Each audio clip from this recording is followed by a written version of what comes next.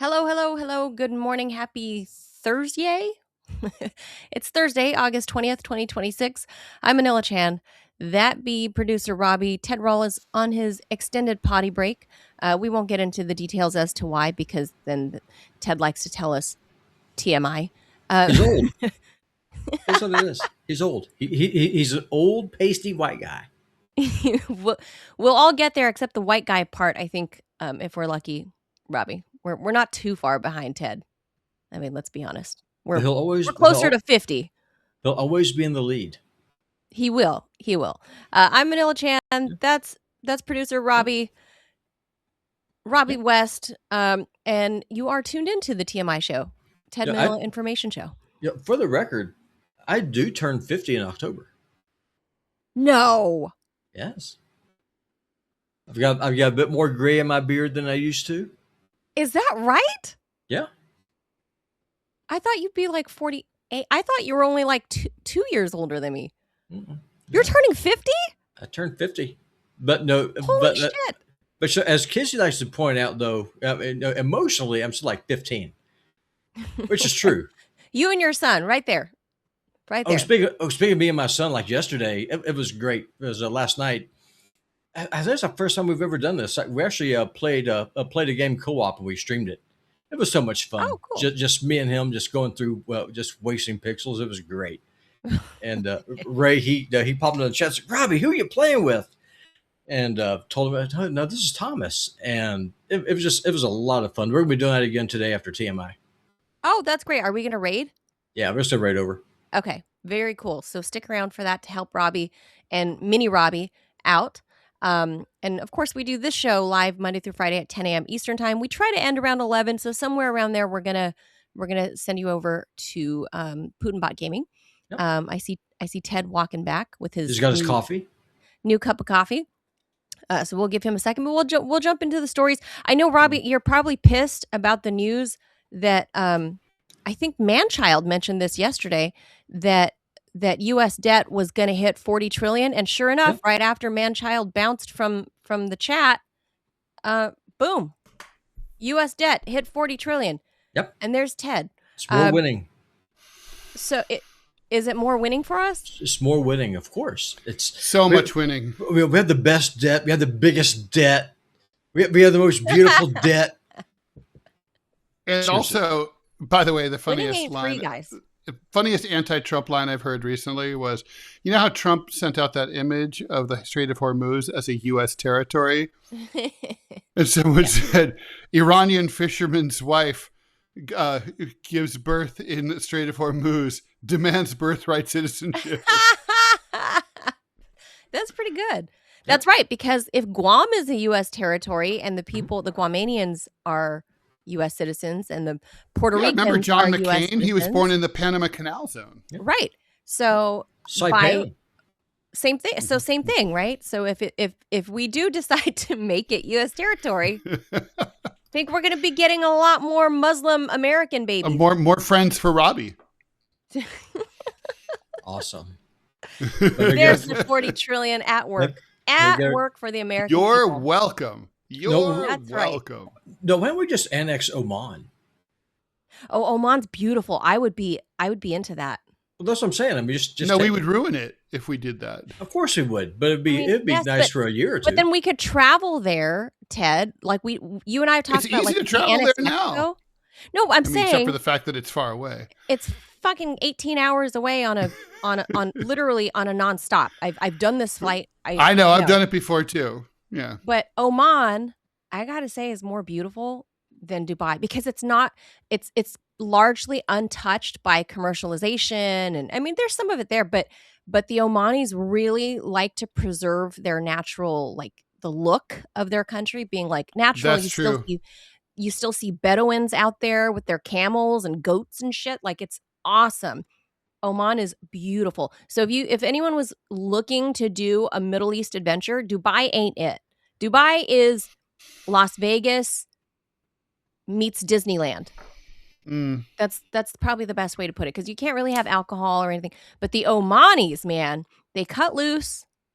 It's beautiful. It's natural.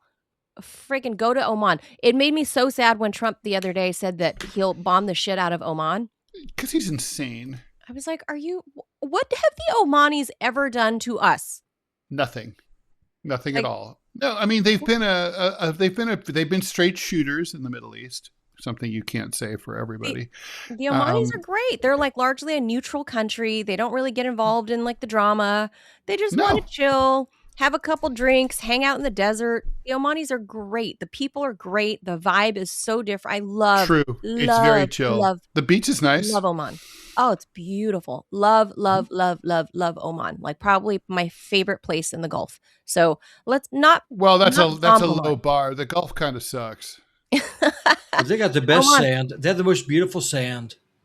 You have all the great. sand. If we annex it, like I kind of, a part of me is kind of like, hey, I'd like to travel there without any visa restrictions.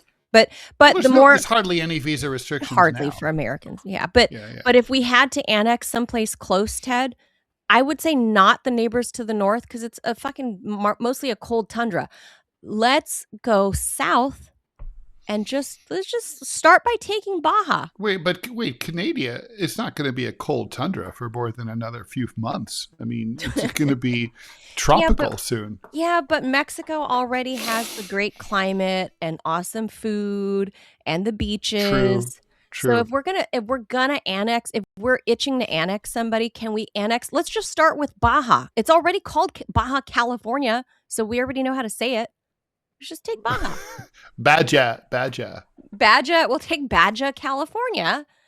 It's a beautiful country. Just saying. So anyway, with that, that's true. Let's head to the stories, but maybe let's do something. Make the 40 trillion worthwhile. Would the Scorpions get voting rights? That's the important thing because they're historical lands, Robbie. So yes, They should have the same rights as like Native Americans or Israelis. Yeah, so I mean, they should influence our elections and everything just like that. Yeah, May says we should leave the Mexicans alone. They have enough problems. Well, Pete Hegseth at the start of the administration said that we're going to go to war with the cartels and we're going to send troops. We have no next bombs. Is annex. I know, but next is annex. So I don't know. Who are we going to go to war with? We're not even going to be able to have a civil war. Hegseth said last year, because I remember tweeting back at him. Talk about full retard. That we're going to go to war with the cartels because they have the Trump administration has deemed them terrorist organizations. And so we're going to go to war with them. And they're thinking about boots on the ground. I was like, boots on the ground in Mexico? Like, seriously? Like, who do you think these guys are? Like Pancho Villa? Like, what is this? Like, and by the way, Pancho Villa kind of kicked ass. Yeah, but he was more honest than what we currently have. Oh, I just got it. Remember yesterday how I had that demand by that pastor that I was doing some work for from Tennessee? He just saw my apology and he just sent me an email. Oh, did he really? Yes. Can we? What did he have? Did he apologize to you for your apology? No, he said that was very unprofessional and that our business relationship is terminated. And all I can say is that's okay because you support the Israelis terminating unborn children. So I'm perfectly happy no longer doing work for you. Robbie, you're turning into the viral eyebrow lady here in Northern Virginia. You guys, I sent you guys the link the other day. If you guys don't know, the eyebrow lady. Yeah. So there's this super hot like Afghan American woman that owns an eyebrow studio here in Northern Virginia.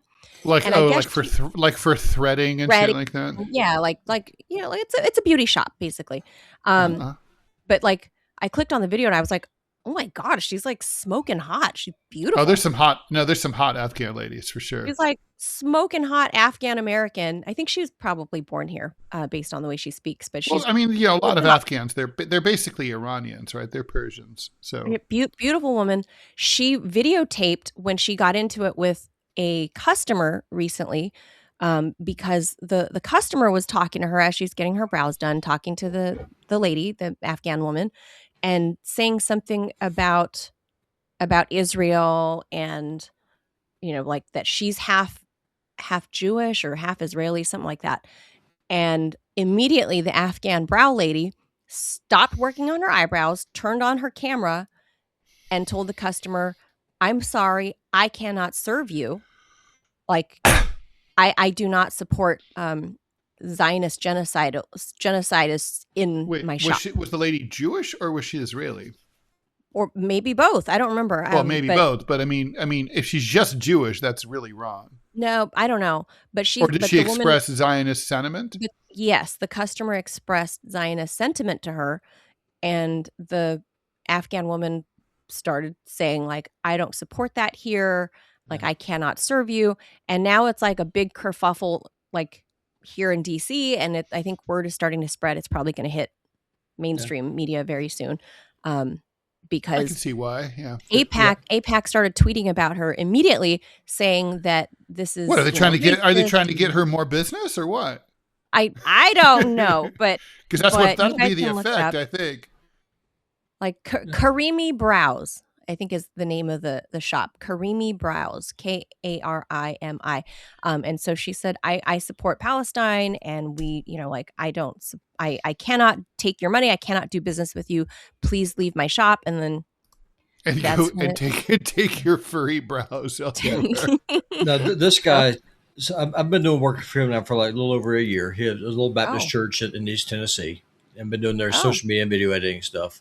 Oh, and so he sent me an email saying that he wanted me to repent from my sins for slandering God's chosen people, the Jews, and my opposition to Israel, and that he expected me to make this apology publicly on the program because that's where I espouse my anti-Semitic, anti-Zionist, anti-Israel. By the way, out of curiosity, let's just say you were a mega pussy and you decided to do this, right? Yeah. A public apology? Let's just say you were like, "Oh, I really need his whatever he's paying you every month. I've got to have $100 a month is I'm making $100 a month. $100. So let's say $100. Maybe you really. So let's just say that you really needed that $100 a month that bad that you decided that you're going to suck Zionist cock and you're going to go on deprogram and do that. Let's just say, for the sake of argument, why would he be satisfied with such a statement, knowing that it's obviously not only dishonest, but you wouldn't really be? I mean. It's not like he changed your mind. Not changing hearts and minds. Yeah. Yeah, he's just bullying you into doing what he wants you to do. I mean, doesn't he actually want you to change your mind? Of course not. It's a humiliation ritual. That's what this is. This is about humiliation. This is about getting on your knees, publicly apologizing for having an opinion that's different from his. And yesterday on the show, I said, I do not support your. I stand for the cross, not the Star Rim fan, and I'm pretty sure I told him to eat a dick. Who is this guy? Like Lindsey Graham, part 2? He's a Baptist. $100 a month. He's a Baptist. I mean, everyone's got a price, but it's not. No one's price is $100 a month. You were doing a favor to the church. Homeless people get more money than that. Yes. Yeah, and in a good day of begging in New York, you're going to get more than that. Yeah. So I don't know. You guys mark my words, though. I was rude to him. Watch what happens to the eyebrow lady and see, like, I hope. She said the eyebrow lady did a follow-up video the next day, and she said, I actually appreciate, APAC and all these people tweeting about me. She's like, because now I'm going to take the opportunity to let you guys know that I'm opening up a GoFundMe for the cause of Palestine or whatever. Yep. And she's like, I'm going to donate all that money to whatever organization she said. So if you guys want to help me and help Palestine, help Gaza, then you can donate, blah, blah, blah. So she's taken full advantage of this this Zionist outrage, I guess. So, good on her. And she's a local lady. If I paid for services like eyebrow stuff, I would go. But I do my own. So I do my own everything. Like a modern day homesteader. Your eyebrows are fine. Thank you.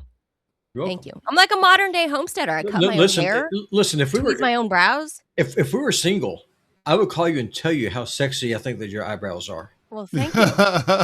and we could just have all kinds of inappropriate conversations. Myself. We have all kinds of inappropriate conversations. I grew these myself. What do you think? Like, are So you there you go. Manila? Are you really that yellow, or is it just a camera? It's so Oh my sexy. god. Oh It's my so god. sexy. It's Oh so my Speaking of which, beautiful. god. I had to reinstall the thing. So you guys let me know if the color looks weird or what. I had to reinstall the camera app because it You look started. like a lemon. I don't know what to do. I'm trying because it wants to work. Their new camera app wants to work with the new camera. I had to uninstall, try to find the old version of the camera app. Just whatever. I'm working through it. So you're gonna have to deal with Lemonhead Manila. So there you go. All right, Well, let's you're get to the Asian. story. It's okay. I'm supposed to be yellow. Damn it. Is what it is. All right. First story, Lake Mead. Back towards the motherland. I mean, a lot of people in the motherland go to Lake Mead. So this is like kind of California adjacent. So Lake Mead's shrinking water levels are revealing more than just dry shoreline. On August 16th, visitors near Boulder Beach, I mean, that's a little corner of it that they call beach. It's not much of a beach. Discovered what appeared to be human remains, including a jawbone with teeth still attached in the shallow Yowza. water. Authorities say there's currently no indication of foul play, and the Clark County coroner Well, is there's working probably to no identify the indication of remains. much of anything at this point. Right, it's Right. a freaking jawbone. Okay, so anyway, several sets of human remains have surfaced as Lake Mead has receded in recent years, including a man found inside a barrel in 2022, who investigators believe was shot decades ago. Obvious But the big- suicide. Obviously, he did this to himself. But the bigger story is what's happening to the lake itself. Lake Mead is now roughly 180 feet lower than when the reservoir is full. It currently holds about 7 million acre feet of water, compared with more than 26 million acre feet at full operating capacity. So Yeah, that's catastrophic. It's that's a lot. it's basically at about just a little bit over a quarter full. God, that's some good math, Ted. That's why I have you here. Thank Put another Even I way. can divide. Even I can multiply 7 times 4. Yeah. Put another way, that's a loss of roughly 6 trillion gallons of stored water. The decline has been driven by years of drought and unusually dry conditions. It's a freaking desert. I mean, Yeah, I was going to say, I don't know how unusual it is. right? Like, I mean, I guess it is because it used to have 26, million I acre guess. feet. So yeah, I guess it There's is. poor mountain snowpack, intense heat, and evaporation combined with water being drawn from the reservoir faster than it can be replenished. Cue the data centers. Lake Mead alone can lose roughly 800,000 acre feet, about 260 billion gallons, just to evaporation alone in a typical year. The result is increasingly visible. Expanding shorelines, a growing white bathtub ring, abandoned infrastructure, and objects that have been underwater for decades suddenly reappearing. The human remains make for a startling headline, but the real story is the enormous amount of water that's no longer there. So the water part, Ted, you know how much we've talked about this several times, how these data centers are trying to pop up everywhere, especially what's his name, Mr. Wonderful or whatever on Yeah. Shark Tank? Yeah. Mr. Wonderful. Kevin O'Leary. Yeah. That's it. Kevin O'Leary. He's like trying to open a bunch of data centers out there, like in the Vegas region, right in the vast expanse of the desert, because Las Vegas does have the electric infrastructure needed. And Mhm. Lake Mead is there with the water infrastructure. You need water, tons of water to cool these data centers. Lake Mead is a quarter full. Like that's no bueno, number one. But number two, the conspiracy theorist in me, the West Coaster in me is like, ooh, Lake Mead's drying up. What does this mean about like all the mobster bodies that have gone missing, right? Well, now we know. Well, so the man in the barrel, 2022, I haven't followed up on the case, but I remember going, ooh, that's just the first indicator there. And I looked this up today and I have it.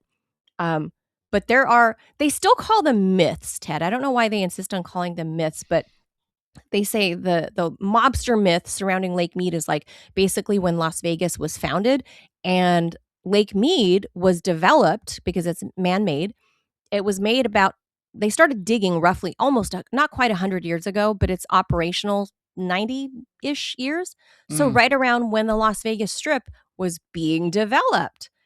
And then coincidentally, all these people go missing, Ted, in the mobster era of Vegas. I don't know. Maybe we're just, people on the West Coast were drawing conclusions.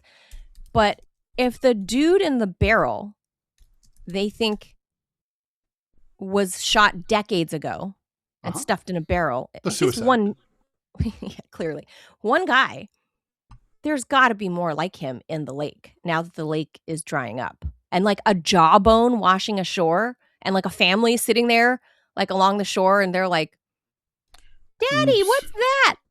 Like, can't be a shark bone. So what do you think? Is there going to be more mysteries unraveled as the lake continues to dry out? Because we're probably going to get to zero pretty soon, and it's going to be like the Salton Sea, if you're familiar with that. You guys, the patch of desert between basically like eastern San Bernardino County of Southern California and the Arizona desert. It was called the Salton Sea, and it's all dried up now. So that was a natural. That was millions of years ago natural. Didn't it come and go, kind of? Yeah. So the waters would come and they would go from the rains, and it would wash in, it would flood, and then but point being now is that there is no water there ever. So ever. It's gone. Ever. So because I've driven through there a million times when I used to anchor out of Arizona and drive home to visit my mom. The Salton Sea is bone dry. So there's not a drop of water in the Salton Sea, but we still call it the Salton Sea. I'm sure there are mysteries there, as well as some, missing persons that'll turn up. There's a couple that I've read about this just this morning, specifically tied to like the Chicago mob that people suspect are hidden in Lake Mead, hidden in the, I don't know. Well, I have a question for you. I'm sure you know the answer to this. Is Lake Mead a drinking reservoir, or is it just like what? Like, no. What is the purpose of it? They draw water from it for to like feed crops, to like maybe it's not municipal drinking water, but I don't know. People as a Californian, I was like, are people drinking corpse juice? Ew! Oh, I don't know that. I don't know if they clean it up, but obviously it's used for some other municipal purposes. I don't know where the water actually gets drawn to and from, but it's getting used up. I mean, as the article says, getting used up faster than it's filling, and the natural modality of filling is not coming. So no snowpack, no rain. But I just want to touch on this this mobster thing. So they said the AI says whenever a body or bone fragment surfaces at Lake Mead, public speculation immediately points to Tony the Ant Spilotro, the ruthless Chicago mob enforcer. The Ant, who inspired Joe Pesci's character in Martin Scorsese's film Casino. The lore is that was he a small little dude? I mean, Joe Pesci's a small little dude, so he must be. That's why I'm asking. Yeah. Rumors claim Spilotro or his hole-in-the-wall gang personally used Lake Mead as their primary dumping ground for the 25-plus murders attributed to them. All right.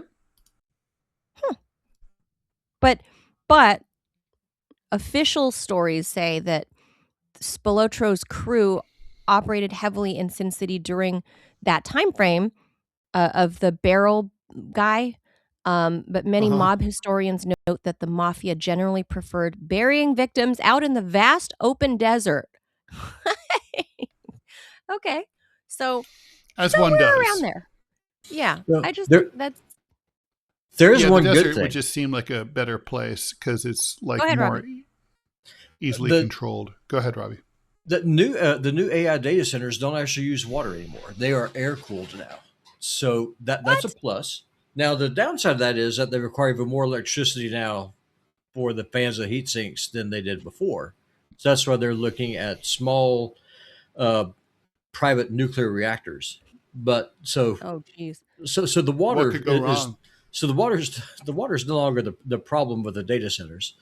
Uh, really, what the issue is that we're building cities and deserts where they really shouldn't be in the first place. And Peter, thank you for the donation. Peter says most of the Colorado River water is used for agriculture, but some goes to municipal water systems as far away as Phoenix. Yes, and they are for the Colorado River. They are also fighting um, indigenous tribes for water rights because there's just the Colorado River's drying up too. I mean, at any rate, the data centers, I think the cheapest So way yeah, to they are build drinking them. corpse juice. Yeah, there's. Oh no! Oh yeah. If you live in California, Arizona, Nevada, or parts of Mexico, you've got like that tasty corpse juice. It's just like the girl in the water reservoir thing on the rooftop in downtown LA. Exactly. Or like the pigeons that I talked about in New York. Oh. The little Asian girl. All the guests at this hotel were complaining that the tap water when they're brushing their teeth or whatever was like tastes weird. Were they like, oh, it tastes like Oh. Chinese food? Oh. Oh, poor girl. What a strange story. They had a whole Netflix thing about that girl, By the way, did you say, and I assume you've heard about these stories about the Danube River in particularly around Serbia, where the water levels have dropped so much due to the drought that old World War II sunken Nazi ships that were bombed are resurfacing. Well, they're not really resurfacing; they're being revealed. Oh, I didn't hear that part. I read about obviously the Danube dropping to historic lows, but I didn't know that they were There's revealing also some more famous mysteries. boat that was revealed. I guess it's today. So let's see, what was the other thing? Oh, mammoth bones have resurfaced from the Danube. Wow. And the ship called the Slovenian resurfaced from the Sava River in Serbia. So this is like They were not talking about Melania Trump. the Slovenian was built in 1913. It was a steam-injured vessel, about 54 meters long. And it was owned by the Kingdom of Serbs, Croats, and Slovenia that eventually became Yugoslavia. And it sank when it hit a German mine at the end of World War II in April 1945. And there it has remained. Oh, speaking of that era of like 1913, like pre-World War I read, and I sent this to you guys. I don't know if you guys read it, but apparently in Great Britain in that era, pre-World War they were actually considering, and these are scientists at the time, engineers and scientists at the time, were considering making warships out of ice. Okay, so someone had been smoking some serious weed. And that they presented it to like, the higher ups and whatever. And they were like, dudes, I have this idea. It's going to be so rad. It was made of, they said it would be packed ice with like sawdust or for some reason. And that this is what they would be able to protect the cold, like Nordic regions with, because it's ice ship. Like, I was like, really? You guys really thought of this? Like, why? I don't know if the word thought was really the right word, but yeah. There was a whole article. Yeah, someone came up with this idea and it actually went high enough that they almost took it to the royal palace to be like, Your Highness, we've come up with a plan to... Good news. Well, there you go. Anyway, that's enough with the weird water stories or lack thereof. But back then, I guess the problem didn't exist, right? In the 1910s, I guess this drought stuff wasn't like an issue. Well, I mean, they had droughts, but it wasn't like this. Okay. Well, there you go. All right. Jaws it away. All right. If you thought that paddling students disappeared with chalkboards and overhead projectors, think again. Corporal punishment is still legal, you might not know this, in public schools. That's in 15 states. So your teacher or principal can hit a student with a wooden paddle as punishment for misbehavior.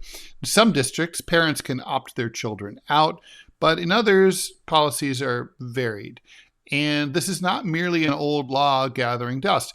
According to the latest federal data, about 24,500 public school students, I don't know who's counting this, received corporal punishment in the 2021-2022 school year. Black boys represented about 8% of K through 12 employment, but you can see where this is going. 20% of the students are subjected to corporal punishment. Supporters have long, now I don't know if that's within the schools or like, in other words, black kids are being disproportionately targeted for corporal punishment, or if it's like predominantly black schools are more likely to have corporal punishment. It doesn't say. Anyway, what's supporters in the South, right? NPR said so. But it just sort of says overall, right? So among all. Yeah. It doesn't split the data. Anyway, supporters have long argued that paddling provides immediate consequences for bad behavior. Well, I mean, that's not an argument. That's true. And can offer an alternative to suspension, something that NPR highlights through one Arkansas mother who was given the choice between having her kid paddled or keeping him home for 3 days. She couldn't afford to miss work, so she chose the paddling. The American Academy of Pediatrics does not like this, however. They say it doesn't improve behavior and is associated with increased aggression, stress, depression, and lower self-esteem. So the question is, why is this still on the books? I don't believe in corporal punishment, even by parents, but I certainly don't think that under any circumstance it's a school bureaucrat's job to lay a hand on your kid. No, absolutely not. I'm not against when they're little, like a spanking, but why when they're little? Absolutely not. What about when they're 30? No. Well, when you're 30 and somebody's saying, call me daddy, that's a different subject, Ted. But when they're little, in their little puppy brains, just like with puppies, like they need immediate consequences because they can't connect the dots. So if you like punish them, like if you catch them in the act doing something bad, like I get that. Like you need the immediacy because they're little ones. And I'm not saying beat their ass. I'm saying just a swat and like, that's enough to scare them. But paddling like in schools, like there's enough research to know that this often and usually backfires from schools. My mom went to, she grew up in Laos, going to a French Catholic school. Oh boy. Thanks, Ted. I know where this shit goes. And right, this is like the 60s and 70s. So, the nuns with their rulers, she said, was a well-known thing in the 60s. Mm-hmm. So, they start with the hands. And back then, the rulers were not plastic; they were wood. Right. So, yeah, she said that was commonplace, and she said that it doesn't happen anymore in Laos. Look, how about you? Do you ever get paddled at school?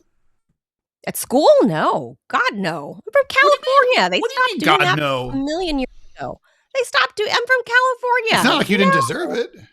That's probably true. No, I was a good kid at school. I saved it for off campus. I got paddled at school. You guys paddled in Ohio? Yeah. Mm-hmm. Yeah. So last time I guess this was 10th grade. Yeah. In 10th grade? They wanted to paddle me in 3rd grade. Yeah. Look, I get it when you. Yeah, in 3rd I get grade, that. It was for running down the hall. Like, fine, I get that for like a 9-year-old. I talked my way out of it. And then in 16-year-old. No. In junior high school, they were crazy about paddling at Dwight L. Barnes Junior High School. Man, they loved that shit. For every grade level where you were at? Oh yeah, K through 12, and like and I remember there was one time when the school was shaped like a horseshoe, like a U, and it was, you only had 5 minutes between class, so a lot of kids would cut between, if they had to get from one end of the school to the other, it was hard to do that in 5 minutes. So they would like cut across the courtyard, right? Yeah. And that was normally okay. But one time they were like, you ended up in the gym to do that. And they were like, today we're waxing the floor. Oh, no. So don't cut through there. And if you do, you will be paddled. We're all like, nah, whatever, fuck naughty. you. So, we're like, our little brains are like 13 years old. We're like, fuck you, do what we want. And of course, they just sat there with a clipboard and wrote down the names of every kid who went through there. And then at gym class, they lined us all up and swatted us like down the line. Boom, boom, boom, boom, boom, boom, boom. Like, see, I feel like getting at the long end. I remember one kid broke his hand because he reached back to try to stop it at the last second.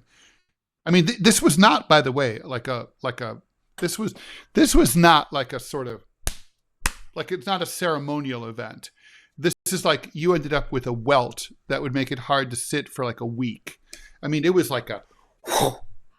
See, I'm not okay with random strangers at fucking school laying a finger on. And it wasn't a ruler either. It was a paddle. It was like a proper paddle. Yeah, like a proper paddle, probably about I would say half an inch, maybe 3/4 of an inch thick. Oh, I have a paddle. Why? Paddle. Why? I'll let Robby explain. Robby convinced me. So when my son was little. So I mean, we don't really use it now, because it worked. You apply the spoon of education. Hey, the psychologists of the future need an income too.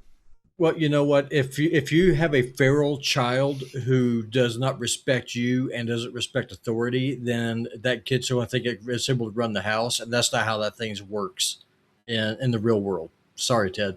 So what you do is that you tell the kid. See, I wonder why where the fuck disrespectful children could get being sassy genetically from the likes of us.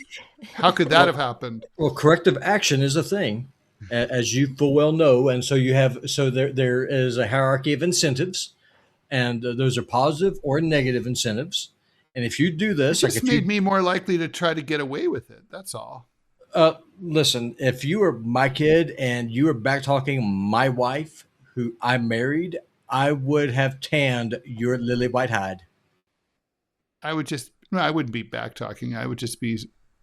That wasn't my thing. That wasn't my shit. Know. I worked on the DL always, pulling shit when nobody knew.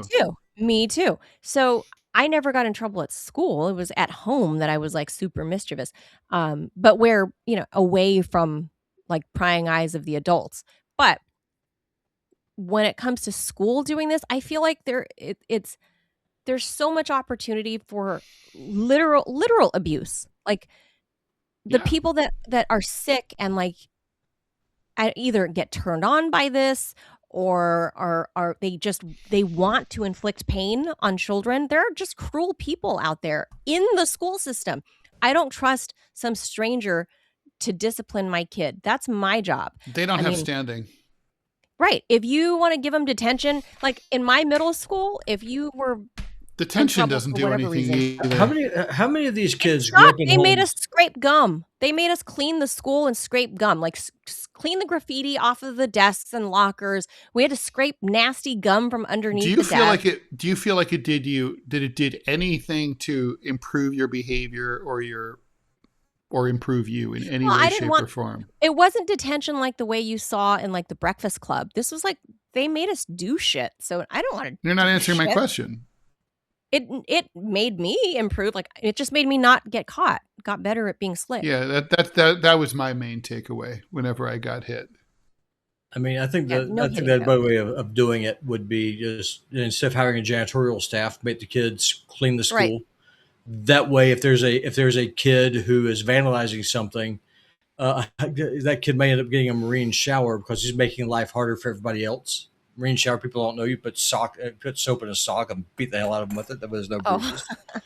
So I mean, so there's different ways that you're able to do these kinds of things. Listen, I did not have very much formal public education. I did get a spanking in elementary school because from school. Oh yeah, in elementary school, we had the substitute teacher. She's a black lady. She's really mean, really obnoxious, and I dropped the hard R on her. I did. She was just Bobby. mean. She was mean. She was mean, mean, mean, and I'd had enough. I'm pretty sure she was We racist. we had a mean British substitute teacher regularly through elementary school. She taught every grade. Mrs. Sykes. Her name was Sykes, and she was like, Sykes, yeah. yes, Mrs. Sykes. I still remember her. She I had still maintain my teachers had the best names. There was tightly. my sex ed teacher in 7th grade, Mrs. Seaman, No. and Ted, there was Ted. and there yeah, it's true, Seamen, and then there was my math teacher, Mr. Kill. Hard to beat. Wow. Well, Mrs. Sykes scared every kid because she had that stern British accent, and she would dress the part. She was like this squatty and wide, mean old school teacher with like tightly wound. Her hair was tightly wound up in the back, and She was like a bulldog. Making her crabby. she was, as wide as she is tall, and she would always wear like a pencil skirt with like a knit sweater top and a blazer. And she was stern, and she'd always hold the ruler as if she was gonna. Maybe it was okay in the UK, but the kids here, we knew, like, you can't touch us. But she was always slapping the ruler on her hand as if to, like, to terrorize you guys. Yeah, so I always remember that, and I always, like, disliked her. I don't remember one nice memory of that lady. And I think, like, that's not the role of teachers or administrators. Like, you're there. Sure, don't let kids walk Robby, all over you. How do you feel about that? Do you feel like schools should be in the position of hitting your kid or not? No, it's hard to say because a lot of kids, and y'all both know this, are products of broken homes. There's no discipline, there's no authority at home, there's no authority figure, and so more and more schools are more like a daycare. And if the classroom is chaotic, there's no learning that's happening because you have the people who don't want to be there, the people who are disrupting, are just stealing the education for everybody else. So either A, you need to enforce discipline in the classroom, or B, you just tell them just go someplace else. And by going someplace else, I mean put them to work, like make them go work in the cotton field picking cotton. Give them an option, so you have the choice to get an education, or you can see what life is like without one. Be a little shit ass. Yeah, you can go. No, you can go dig a ditch. You can go pick cotton. There are things that you're able to do. I gotta say, you can't just you got to have order in a classroom, because without it, there's no learning that happens. If we look around now at like the teenage kids now, like running around doing the knock knock game so they could put it on YouTube, right? Like literally running and punching random adults like at the mall or on the street or whatever. Those little shit asses probably are the kids that would have responded to immediate enforceable punishment. Like there are certain psychological types. That's the thing. Like not every kid responds to whatever you put before them the same. Kids are different. They're people.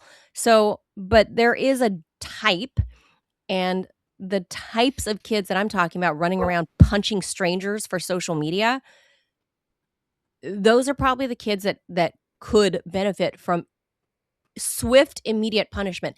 And I would say us as a culture, when you're handling those kids like out in public, yes, I would support putting hands on some stranger's teenager. They're assaulting you. Yes. But nope. us as a culture, we've been trained like, oh, don't touch other people's kids because you're going to get sued. Well, yeah. In that instance, no. Fucking teenager running around doing the knock knock prank by going to lights out an old man walking at the mall, or push an Asian lady in front of a train, right? Or push one down the stairs.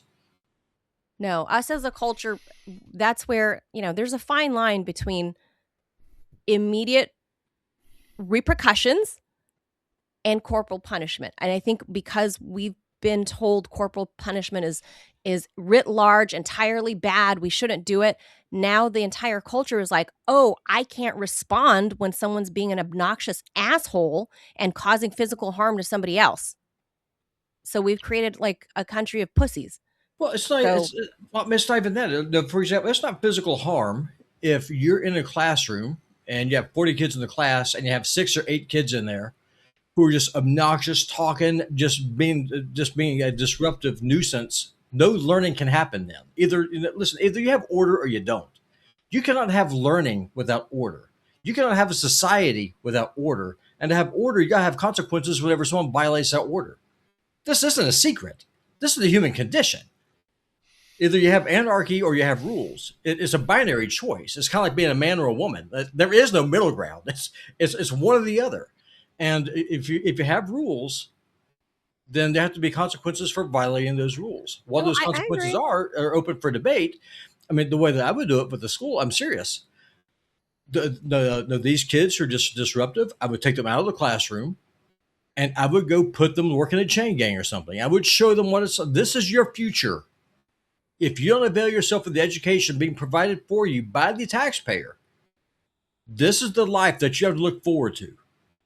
Give them a glimpse into their future. I agree, but violence, like immediate violence, if you're 12 years old and your teacher takes out a paddle to hit you, I'm not okay with that. That's not the I It's teacher's just not don't. place. cool. That's not the That's teacher's not the place. teacher's That's the place. parents. That's the That is the parent. that's the parents' place. Right.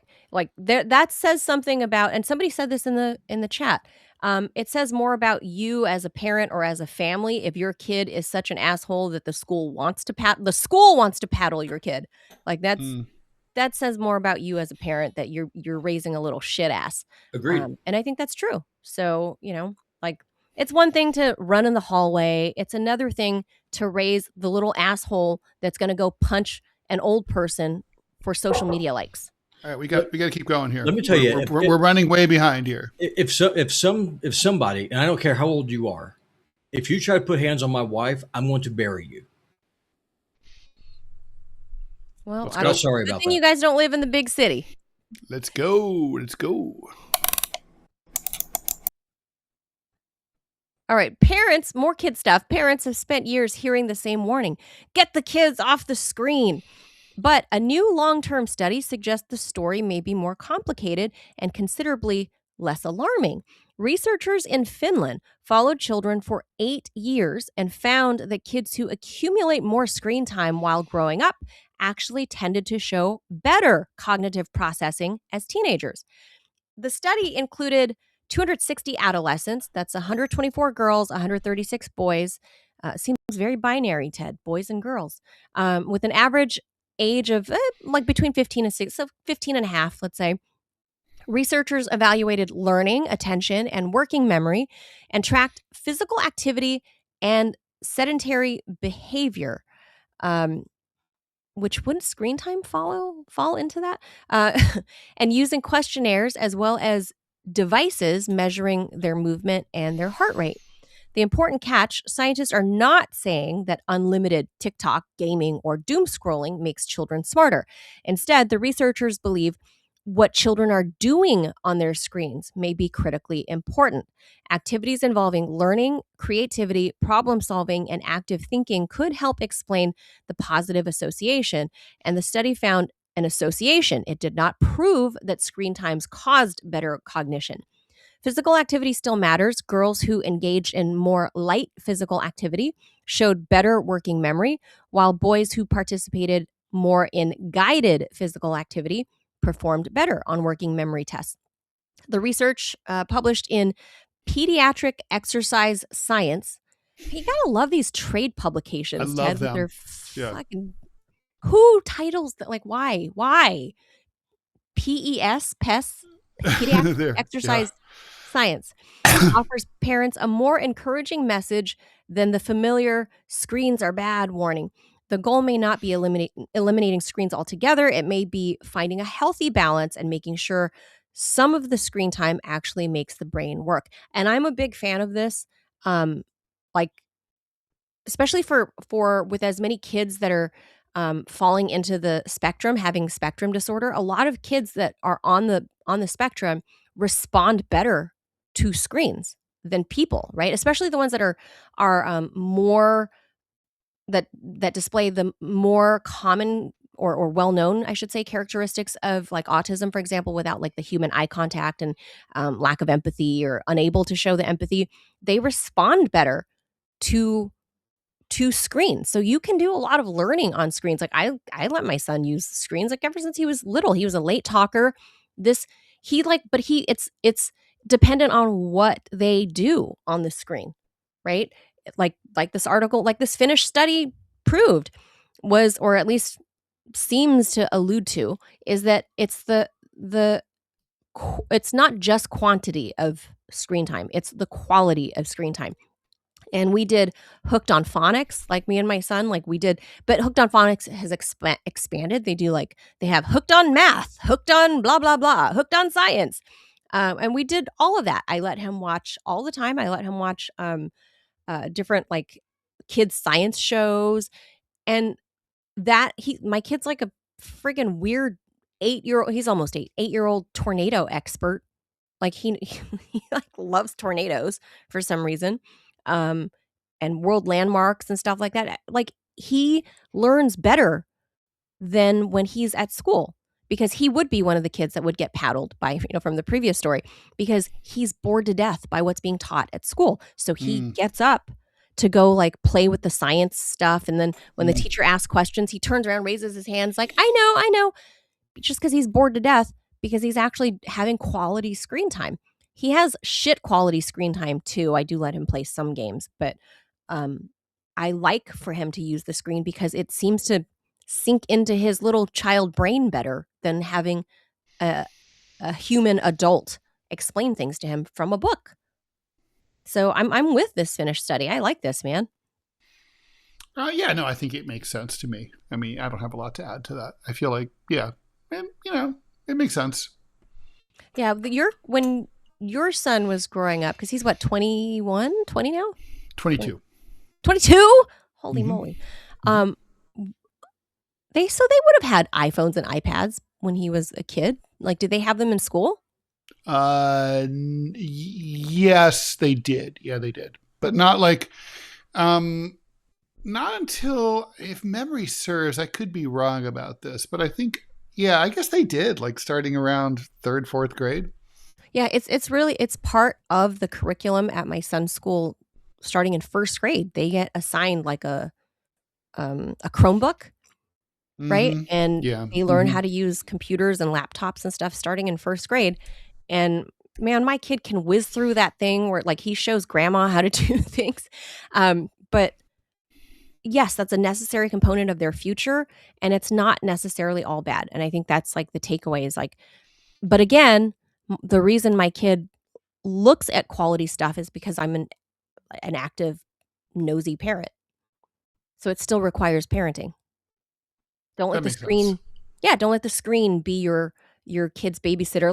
Like our generation would have been, Ted, with like latchkey kids. Like you came home and you turn on the TV. I remember General Hospital. That was my that was my babysitter. So yes. And Susan Lucci. I remember that well. Who doesn't love Susan? We all know Susan Lucci. We all love Susan. Did she ever win? Did she ever win that award? I don't know if she ever got Daytime the Emmy. But she was like my auntie on TV. Like I have to turn it on to see Susan because she was there every day in my childhood. Because nobody else was there. So. Okay, police departments across the United States have installed thousands of automated cameras, more than that, capable of tracking where vehicles go. But who's watching the people doing the watching? A Washington Post investigation found that cops accused of using automated license plate readers for personal purposes, including stalking their spouses, ex-partners, and women that they thought were hot. The Post identified at least 50 cops who were charged with or accused of misusing flock safety cameras. At least 46 of them were flock cameras, 50 total. Flock operates a massive network of cameras that photo your car and license plates as you drive through communities. The cops then can search the database to locate vehicles and reconstruct where they've been. Of course, obviously, these searches leave an audit trail. Yet, the Washington Post found that many departments did not bother to examine the logs for suspicious activity. Only when reporters alerted departments to questionable searches did investigations sometimes follow, and 2 cops were disciplined. Flock says it will require departments to use software designed to flag unusual searches. Officers will also generally have to provide a criminal case number when searching the system. That's actually a pretty good idea. And the company's default retention period for license plate data is being reduced from 30 days to 7. Flock argues that its tech helps cops solve serious crimes, and there's no dispute that tracking a suspect's vehicle could obviously be powerful in criminal investigations. Now, the thing is, though, I think that the potential for abuse is so grave and so serious and so rampant, Manila, that these things shouldn't be permitted in any community. And I encourage everybody who sees one to go and, subject it to your ball peen hammer. They should all be destroyed. I think a shotgun is also a useful tool. Do it smart, though. And this and that. Yeah, don't get caught. Don't face the camera. Oh, and creep up from behind it. And don't drive up with your license plate exposed. Yes. Like, come on. Like, there's so many people doing this already, but they're not doing it smartly. These cameras are disgusting, and they should be banned. And the thing is, I know even if that means some people will get away with crimes who would not otherwise have, that's fine with me. The cameras I'm more scared of the government than I am scared of the occasional liquor store robber. We have one Flock camera here in town in front of the Walmart. And about a week ago, somebody shot it with a .45, blew it off. We love Montana. It's been vaporized. And in the newspaper, every time y'all put one of these up, it's going to be target practice. So just stop. And rightly hilarious. So. Montana's hilarious. There wasn't, back in the old days before flock cameras, like 20 years ago, in LA, there was a traffic camera vigilante who would drive all over LA. Yes. And then he had a ladder. He would wear a mask. He'd climb up the ladder with a sledgehammer and break the traffic cameras. I remember. Again, a true hero of America. Also, what prompted change in LA for our traffic cameras, and I would say some 15 or 20 years ago also, was a rich dude having an affair in his car. And he, I guess, ran the light. He blew the light, but that wasn't the only thing that was being blown. Follow what I'm saying. Because they send the photo. Yeah. Because they send the photo. And his wife opened the ticket. Oops. And there you are with Fluzella. Yes.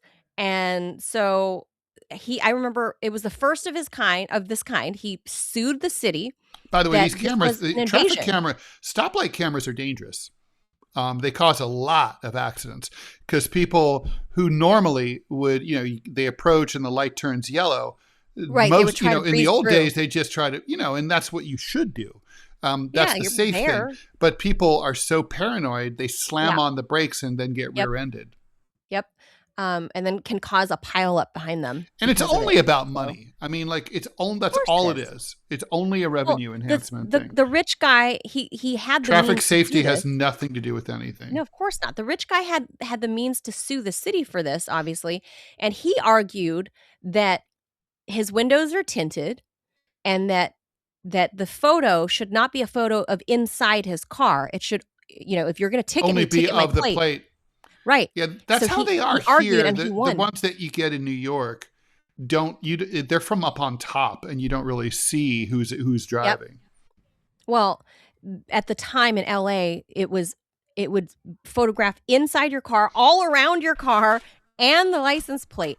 And the rich guy won. He beat City Hall and said that he argued that he had an argument for reasonable privacy within the confines of his own car, that if it weren't for the camera, no one would otherwise have seen him getting a special gift, driving gift, road gift from his mistress, that arguably you would not have seen that. And certainly his wife would have never known. And he ended up winning. I don't know what happened to him in court with his wife in divorce court, but